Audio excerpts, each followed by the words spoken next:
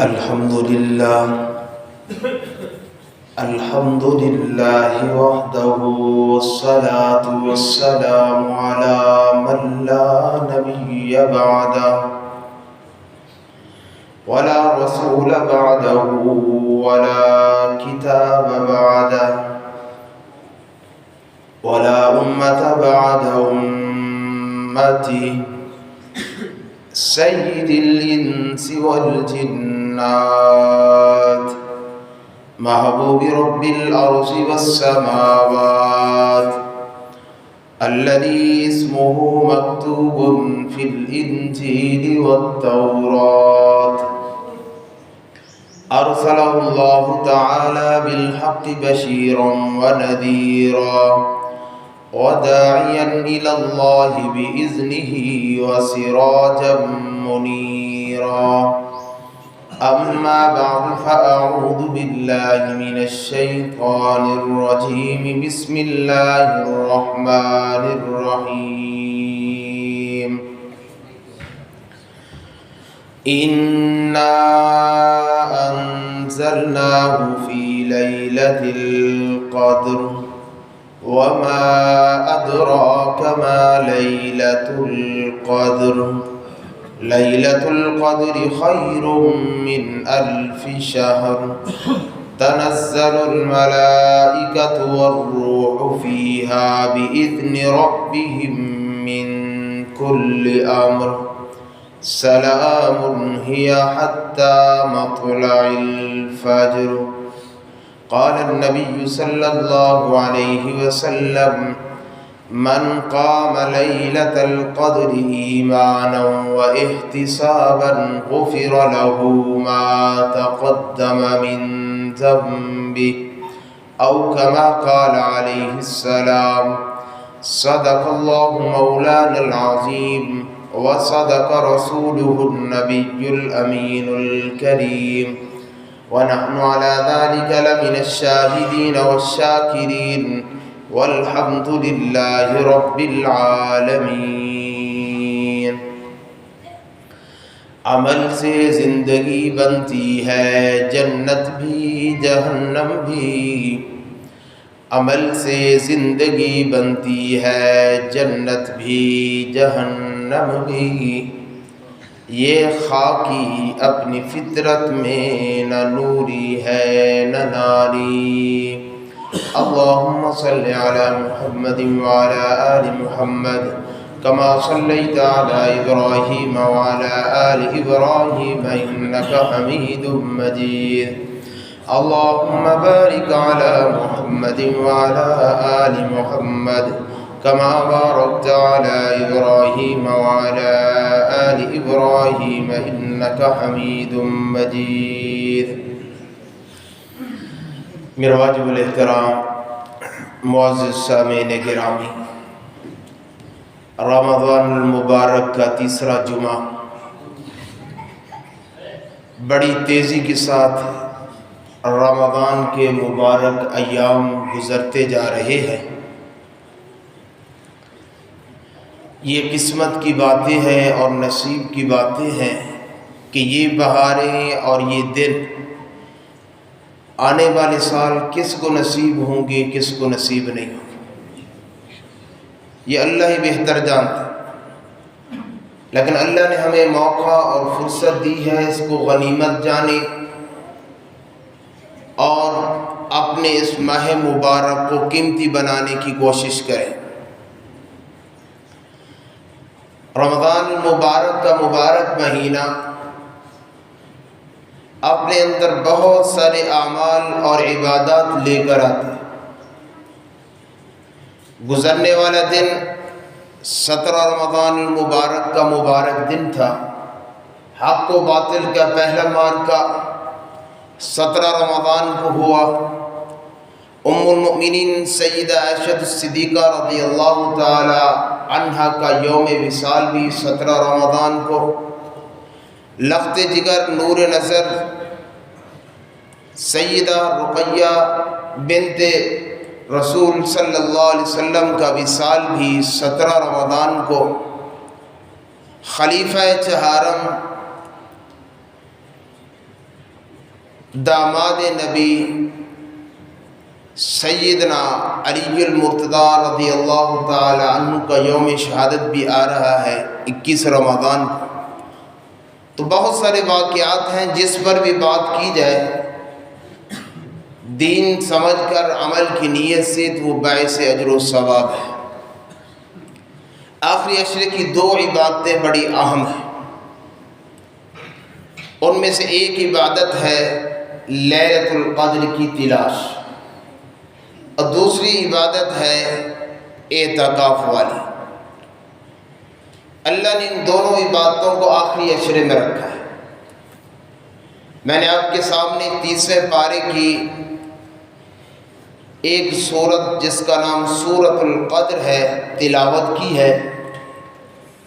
اس سورت کے 4 حصے ہیں۔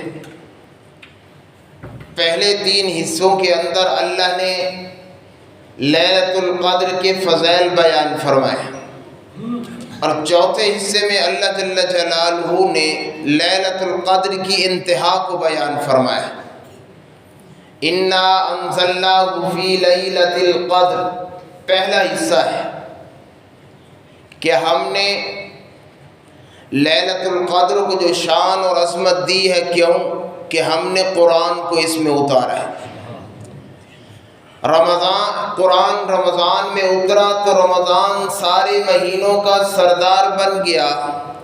جس رات میں قرآن اترا وہ رات ساری راتوں کی سردار بن گئی۔ جس حافظ کے سینے میں آیا قرآن وہ مصلی نبی کا وارث بن گیا۔ جس محمد الرسول اللہ صلی اللہ علیہ وسلم پر قرآن نازل ہوا وہ پہلے محمد بن عبداللہ تھے، قرآن نازل ہوا محمد الرسول اللہ بن گئے۔ تو پہلا حصہ اللہ فرماتے ہیں کہ ہم نے قرآن کو لیلۃ القدر میں نازل کیا۔ دوسرا حصہ وما ادراک ما لیلۃ القدر، سوالی انداز میں اللہ پوچھ رہے ہیں اے محبوب نبی آپ کو معلوم ہے لیلۃ القدر ہے کیا؟ اللہ نے خود ہی جواب دے دیا۔ میں اور آپ کیا جواب دے سکتے تھے کہ لیلۃ القدر کیا ہے؟ اللہ نے ایک انداز میں پوچھ کر اس بات کی ترغیب دینے کے لیے، شوق دلانے کے لیے اللہ نے انداز اختیار کیا۔ اللہ نے فرمایا لیلۃ القدر خیر من الف شہر۔ سورت کا دوسرا حصہ چل رہا ہے کہ وہ لیلۃ القدر 1000 مہینے سے بھی بہتر ہے۔ ایک آدمی 1000 رات عبادت کرے اور ایک آدمی ہے صرف لیلۃ القدر کی رات کو پالے تو یہ عبادت میں بڑھ جائے گا۔ 1000 مہینوں کی مقدار 83 سال اور 4 ماہ بنتے ہیں۔ رحمت دو عالم صلی اللہ علیہ وآلہ وسلم نے بنی اسرائیل کے چند انبیاء کا تذکرہ فرمایا۔ روایات میں اختلاف ہے، ان میں ایوب، زکریا، حزقیل، یوشع علیہ السلام صحابہ کے سامنے کہ ان حضرات نے 80 سال اللہ کی عبادت کی۔ اور ایک روایت میں آقا علیہ السلام نے گزشتہ امت میں ایک عابد کا تذکرہ فرمایا کہ 80 سال اس عابد نے، عابد بھی تھا مجاہد بھی تھا، سارا دن اللہ کے راستے میں جہاد کرتا، رات کو اللہ کی عبادت کرتا تھا اور وہ اپنے ہتھیاروں کو اتارتا بھی نہیں تھا 80 سال تک۔ آقا علیہ السلام نے جب صحابہ کے سامنے تذکرہ کیا تو صحابہ رضوان اللہ تعالی قربان جائیے ان کی عظمت پر۔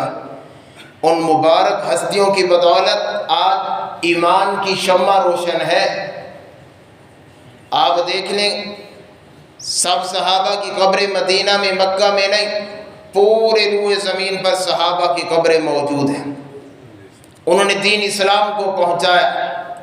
تو صحابہ کا مقابلہ دنیا کے بارے میں، مال و دولت بنی تھا، نیکی میں تھا۔ تو صحابہ نے وسلم آپ کا فرمان ہے اعمار امتی کہ میری امت کی جو عمریں ہیں وہ اوسطاً زیادہ سے زیادہ 60 سے 70 سال کی، اور وہ 80 سال کی عبادت اور 70 سال بھی عمر ہو، 15 سال تو انسان کے گزر جاتے ہیں بچپن میں، تو 55 سال بچتے، یا رسول اللہ ہم تو ان کے مقام کو نہیں پہنچ سکتے۔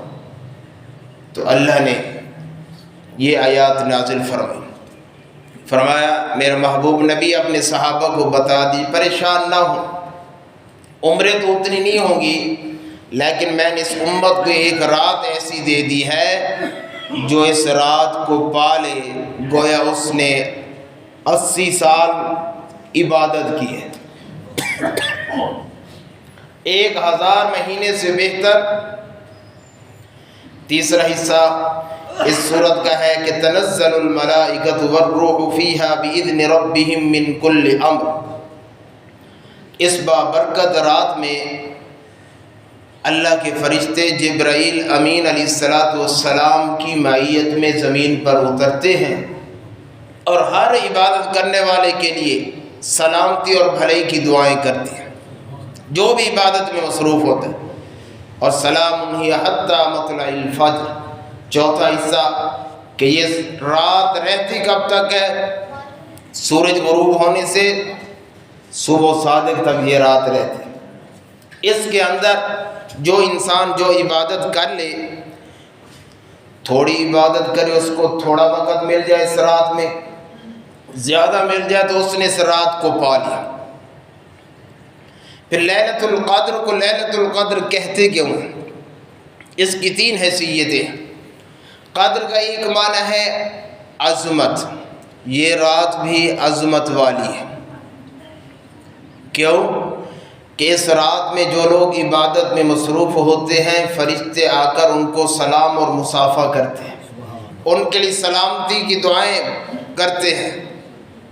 اور سب سے اہم بات یہ کہ عظمت والی رات ہے، اس رات کے آنے سے پہلے وہ انسان جو بے قدر اور بے قیمت ہو چکا تھا، جب یہ رات آئی اس نے اس رات کو پایا، اللہ کی عبادت کی، توبہ طیب ہوا، استغفار کیا، تو اب وہ جو پہلے بے قدر تھا، بے قیمت تھا، اب وہ باقیمت ہو گیا، اس کی عظمت بڑھ گئی۔ اور ایک قدر کا معنی ہے تقدیر اور فیصلہ، یہ رات فیصلوں کی رات بھی ہے۔ اس رات میں آنے والے سال کا پورا بجٹ تیار کیا جاتا ہے، کس نے مرنا ہے، کس نے جینا ہے، کس کو بیماری ملے گی، کس کو صحت ملے گی، کس کو رزق میں فراوانی، کس کو تنگی، کیا کیا ملے گا، سب کچھ اس رات میں فیصلہ کیا جاتا ہے۔ اور تیسرا اس لیلۃ القدر، قدر کا معنی تنگی بھی ہے، کہ اس رات میں اللہ کی طرف سے زمین پر اتنی کثیر تعداد میں اللہ کے فرشتے اترتے ہیں کہ زمین بھی تنگ ہو جاتی ہے۔ تو یہ ہے لیلۃ القدر۔ اور آقا علیہ الصلوۃ والسلام نے فرمایا من قام لیلۃ القدر ایمانا واحتسابا غفر له ما تقدم من ذنبه، جس شخص نے لیلۃ القدر کا قیام کیا، قیام سے مراد عبادات کی، نماز پڑھی، نوافل پڑھی، قرآن پاک کی تلاوت، ذکر اذکار، تسبیحات، جو بھی نیکی کے کام ہیں اس نے کیے، 2 شرطیں ہیں، ایمان و احتساب، کہ وہ مومن ہو، ایماندار، اس کے پاس ایمان والی دولت ہے، و احتسابا، اور ثواب کی نیت سے، اللہ کی رضا کے لیے، دکھلاوے کے لیے نہیں کہ لوگ کہیں جی اس نے تو پوری رات جاگ کر گزارا، نہیں، اللہ کی رضا کے لیے۔ آقا علیہ السلام نے فرمایا انعام کیا ملے گا؟ غفر له ما تقدم من ذنبی، اللہ جل جلالہ گزشتہ زندگی کے سارے گناہوں کو معاف فرما دیں گے۔ یہ مبارک رات ہے، اور آقا علیہ السلام کو اللہ نے اس کی تعیین کا علم دیا کہ کس رات میں ہوتی ہے۔ میرے اور آپ کے آقا علیہ السلام، صحابہ فرماتے ہیں گھر سے باہر تشریف لائے یہ بتلانے کے لیے کہ لیلۃ القدر کس رات ہوتی ہے۔ جب میرے اور آپ کے آقا علیہ السلام باہر تشریف لائے تو 2 مسلمان آپس میں جھگڑ رہے تھے۔ آقا علیہ السلام نے فرمایا میرے صحابہ، میں آپ کو بتلانے کے لیے آیا تھا کہ لیلۃ القدر کس رات کو ہوتی ہے۔ جب میں بحر آیا دو مسلمان آپس میں جھگڑ رہے تھے، لڑ رہے تھے، اللہ نے اس شب قدر کی تعین کو اٹھا لیا، مجھے بھلا دیا کہ وہ رات کون سی ہے۔ جھگڑنا لڑنا کس قدر نحوست ہے کہ آقا علیہ الصلوۃ والسلام کے ذہن سے لیلۃ القدر کی تعین کو اٹھا لیا گیا، لیکن آقا علیہ الصلوۃ والسلام نے فرمایا اس رات کو پورے مہینے میں بھی تلاش نہ کرو۔ آقا علیہ الصلوۃ والسلام نے فرمایا میں نے رمضان کے پہلے دن 10 دن اعتکاف کیا، لیلۃ القدر کو نہیں پایا، پھر دوسرا عشرہ میں نے اعتکاف کیا، لیلۃ القدر کو نہیں پایا، تیسرے عشرے میں جا کر لیلۃ القدر کو پایا، اور فرمایا تحروا لیلۃ القدر فی الوتر من الاواخر من رمضان۔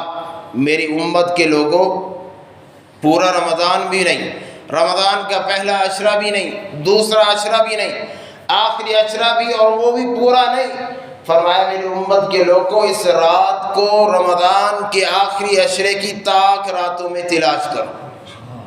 21، 23، 25، 27 اور 29 کو یہ راتیں مبارک راتیں ہیں۔ اور کیا ہوتا ہے اس رات کے اندر؟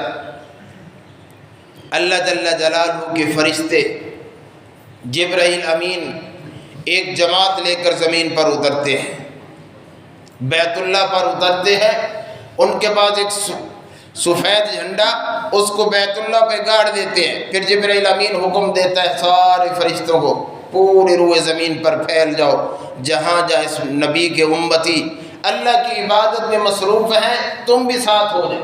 جو نماز پڑھ رہا ہے وہ نماز پڑھنے میں مصروف، جو ذکر اذکار کر رہا ہے وہ ذکر اذکار کرنے میں مصروف، جو تلاوت قرآن پاک میں وہ تلاوت قرآن پاک میں مصروف، جو دعائیں مانگ رہا ہے وہ آمین کہہ رہا ہے۔ صبح تک یہ سلسلہ چلتا ہے۔ جب یہ فرشتے واپس جاتے اللہ پوچھتے ہیں کہ میرے بندوں کو کس حال میں پایا۔ اللہ سب کچھ جانتے ہیں، لیکن اس کے بعد وہ پوچھ رہے تو فرشتے کیا دیا؟ اللہ آپ کے بندے آپ کی رحمت کے امیدوار تھے، اپنے گناہوں پر رو رہے تھے، آپ سے بھلائیاں اور خیریں مانگ رہے تھے، جنت مانگ رہے تھے، جہنم سے پناہ مانگ رہے تھے، مختلف چیزوں کا تذکرہ کرتے ہیں۔ اللہ فرماتے ہیں میرے فرشتوں تم گواہ ہو جاؤ، جس شخص نے شب قدر کے اندر عبادت کی اس نے شب قدر کو پایا ہے، میں نے ان تمام لوگوں کی بخشش فرما دی۔ پھر لیلۃ القدر کس قدر مبارک رات ہے، اور پھر فرشتے اس رات میں کیوں اترتے؟ بڑا عجیب نقطہ مفسرین نے بیان فرمایا۔ بندہ عبادت کر رہے، فرشتوں تو اترنے کی ضرورت ہی نہیں، کیونکہ بندہ تو عبادت میں ہے، اللہ سے گڑ گڑا کے مانگ رہا ہے، ڈر رہا ہے، خوف میں ہے۔ فرشتے کیوں اترتے ہیں؟ اس لیے جب اللہ نے حضرت انسان کو پیدا کرنا چاہا، اپنا خلیفہ بنانا، وَإِذْ قَالَ رَبُّكَ لِلْمَلَائِكَةِ إِنِّي جَاعِلٌ فِي الْأَرْضِ خَلِيفَةً، تو فرشتوں سے اللہ نے فرمایا کہ میں اپنا نائب بنا رہا ہوں، انسان کو بنانے لگا ہوں، پیدا کرنے لگا ہوں، خلیفہ بنے گا۔ فرشتوں نے عرض کیا قالوا أَتَجْعَلُ فِيهَا مَن يُفْسِدُ فِيهَا وَيَسْفِكُ الدِّمَاءَ، یا اللہ یہ انسان تو دنیا میں آ کر فساد مچائے گا، خون ریزی کرے گا، قتل و غارت گری کرے گا، وَنَحْنُ نُسَبِّحُ بِحَمْدِكَ وَنُقَدِّسُ لَكَ، ہم آپ کی عبادت کرنے کے لیے، آپ کی تسبیح بیان کے لیے ہم فرشتے ہی کافی ہیں۔ اللہ نے فرمایا قال انی اعلم ما لا تعلمون، میرے فرشتوں جو حکمت میں جانتا ہوں جو کچھ تم نہیں جانتے۔ جب لیلۃ القدر کی رات آتی ہے اور یہ اللہ کے بندے پورے روئے زمین پر رہنے والے اللہ کی عبادت میں مصروف ہوتے ہیں، کوئی نماز پڑھ رہا ہے، کوئی نوافل، کوئی ذکر اذکار، کوئی تسبیحات، کوئی سجدے میں، کوئی رکوع میں، کوئی اللہ سے معافی مانگنے میں لگا ہوا ہے، کوئی صدقہ خیرات میں لگا ہوا ہے، کوئی قرآن پاک کی تلاوت میں ہے، کوئی کچھ کر رہا ہے عبادات میں۔ اللہ فرماتے ہیں فرشتوں جاؤ زمین پر اتر کر دیکھو، تم تو کہتے تھے کہ وہ فساد مچائیں گے، وہ تو دیکھو مجھے رب کو منا رہے ہیں۔ اللہ اس لیے فرشتوں کو اتارتا ہے کہ میرے بندے تو مجھے منا رہے ہیں، میرے ساتھ اپنا تعلق مضبوط کر رہے ہیں۔ اور سیدہ عائشہ الصدیقہ رضی اللہ تعالی عنہ کہ اس امت پر بڑا احسان ہے، بہت سارا علم اس امت کو دے کر گئے۔ آقا علیہ الصلوۃ والسلام سے پوچھ ہی لیا، یا رسول اللہ صلی اللہ علیہ وسلم، اگر میں وہ رات پا لوں لیلۃ القدر کی رات تو میں اللہ سے کیا مانگوں؟ اب میں اور آپ مانگ رہے ہیں کیا کیا مانگیں گے؟ یا اللہ صحت دے دے، شفا دے دے، رزق دے دے، گناہوں کو معاف۔ لیکن آقا علیہ الصلوۃ والسلام نے بہت ہی مبارک اور مختصر دعا سکھلائی اس امت کو کہ اگر اور کچھ نہیں مانگ سکتا بندہ تو اس رات میں یہ مانگے۔ آقا علیہ الصلوۃ والسلام فرمایا، قولی، عائشہ تو کہہ یہ دعا مانگ، اللہم انک عفو تحب العفو فاعف عنی۔ یہ چند الفاظ ہیں، اللہم انک عفو، یا اللہ تو غلطیوں کو معاف کرنے والے، گناہوں کو معاف کرنے والی ذات کون ہے؟ ومن یغفر الذنوب الا اللہ، اللہ فرماتے ہیں اللہ کے سوا ہے کون گناہوں کو معاف کرنے؟ گناہوں کو معاف کرنے والی ذات وہ اللہ کی ذات ہے۔ فرمایا تحب العفو، اور اللہ جل جلالہ معافی کو پسند فرماتے ہیں۔ بندہ روئے گڑ گڑائے اللہ کے سامنے تو اللہ غلطیوں سے درگزر فرمانے والے ہیں۔ پھر آگے تیسرا جملہ کہ فاعف عنی، یا اللہ مجھے بھی بخش دے۔ تو یہ دعا مبارک یاد رکھے، اللہم انک عفو تحب العفو فاعف عنی، یہ مبارک دعا ہے۔ اور پھر روایات میں آتا ہے جس رات لیلۃ القدر ہوتی اس کی چند نشانی بھی ذکر کی گئی۔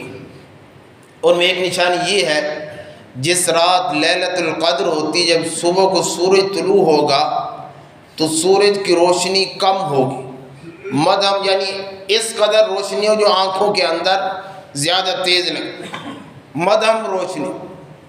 اور اس رات کے اندر موسم معتدل ہوتا ہے، نہ سردی نہ زیادہ گرمی، معتدل موسم۔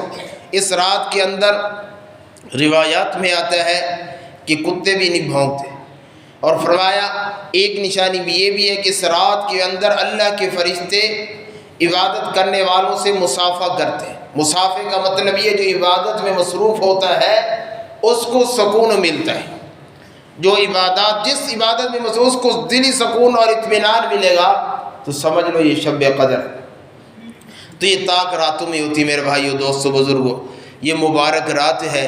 لیکن آقا علیہ السلام نے فرمایا چند بدبخت اور بد نصیب ایسے ہیں جن کی اس رات میں بھی بخشش نہیں۔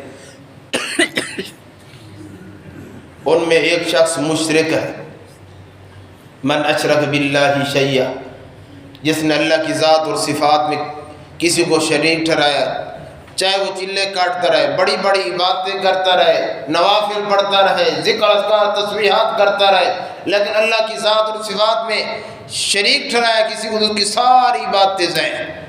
انہ من یشرک باللہ فقد حرم اللہ علیہ الجنہ، اللہ نے مشرک پر جنت کو حرام کرا دیا۔ فرمایا دوسرا بدبخت شخص وہ ہے جس کے دل میں حسد، بغض، کینہ ہے دوسرے مسلمان کے بعد۔ آج دیکھیں ہم اپنے آپ کو انفرادی اپنا محاسبہ کریں، ہمارے دلوں اور سینے کے اندر کس قدر حسد، بغض، کینہ مسلمان بھائی کے بارے میں بھرا ہوا ہے۔ تو آقا علیہ الصلوۃ والسلام حسد نیکی کو ایسے کھا جاتی ہے جیسے خشک لکڑی کو آگ جلا کر راکھ کر دیتی، اور ہم دیکھنے میں تو سینہ چھوٹا سا ہے لیکن وہ اتنا بڑا ہم نے اندر مواد اکٹھا کیا۔ میرے بھائیو اپنے دلوں کو، سینوں کو صاف کریں، نفرتوں کو فروغ نہیں دیں، محبتوں کو فروغ دیں۔ یہ اسلام کی تعلیم ہے اور اسلام کی تعلیم کا خلاصہ ہے۔ فرمایا تیسرا بدبخت شرابی ہے، شرابی شخص کی بھی اس رات میں بخشش نہیں۔ فرمایا چوتھا بدبخت شخص ماں باپ کا نافرمان ہے، اس کی بھی اس رات میں بخشش نہیں۔ پانچواں قطع تعلقی کرنے والا، رشتہ داروں سے تعلق کو توڑنے والا، مسلمان بھائی سے بول چال بند، لڑائی جھگڑے فساد کو فروغ دینا، اس شخص کی بخشش نہیں۔ تو میرے بھائیو، دوستو، بزرگوں، لیلۃ القدر کی رات بڑی مبارک رات ہے۔ اسی رات کی تلاش کے لیے آقا علیہ الصلوۃ والسلام نے امت کو اعتکاف جیسی عبادت دی۔ اعتکاف کا اصل مقصد بھی اسی رات کی تلاش ہے۔ آقا علیہ الصلوۃ والسلام نے فرمایا جو شخص رمضان کے آخری 10 دن کا اعتکاف کرے گا اللہ جل جلالہ اس کو 2 مقبول حج اور 2 مقبول عمروں کا ثواب عطا فرمائے۔ مقبول، میں اور آپ حج عمرے پر جائیں، ہمارے حج عمرے میں قبولیت میں شک ہے کہ اللہ قبول اللہ نے کیے یا نہیں، لیکن آقا علیہ السلام نے فرمایا جس نے 10 دن اعتکاف کیا تو اس کو 2 مقبول حج اور عمروں کا ثواب مل گیا۔ اور معتکف مسجد میں بیٹھا ہے، اللہ کے در پہ بیٹھا ہے، اس کا کوئی لمحہ کوئی سیکنڈ منٹ خالی نہیں ہے عبادت سے، ساری عبادت اس کے نام اعمال میں نیکیاں لکھی جا رہی ہیں۔ اس لیے جن احباب کو اللہ توفیق دے ہر گھر سے ایک آدمی کوشش کرے تو یہ مسجد بھی آباد ہو جائے گی، اور اتنے لوگ جب اللہ کے در پر بیٹھیں گے تو اللہ جل جلالہ کی رحمتیں بھی برسیں گی۔ تمام احباب کوشش کریں، جو احباب اعتکاف میں بیٹھیں وہ 20 رمضان کے غروب آفتاب سے پہلے مسجد میں تشریف لیں، اور مسجد میں آ کر ایک سب سے بڑی ہمارے ہاں المیہ ہے کہ اعتکاف تو ہم بیٹھ جاتے ہیں، دیکھا دکھائی میں بیٹھ گئے، لیکن مسجد میں ہم بیٹھ کر وہ گناہ کر گزرتے ہیں جو ہم باہر بھی نہیں کرتے۔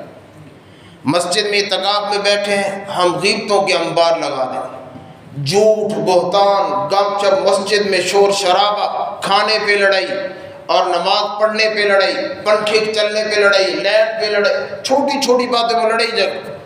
میرے بھائیوں یہ مسلمان کو زیب نہیں دیتا۔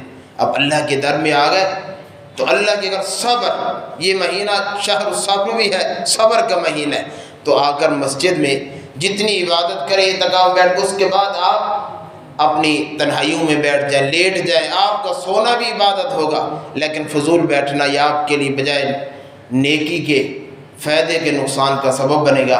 اللہ جل جلالہ ہم سب کا حامی ناصر ہو، اللہ جل جلالہ اس رمضان کو پوری امت مسلمہ کے لیے خیر و برکت کا ذریعہ بنائے۔ وما علینا الا البلاغ المبین۔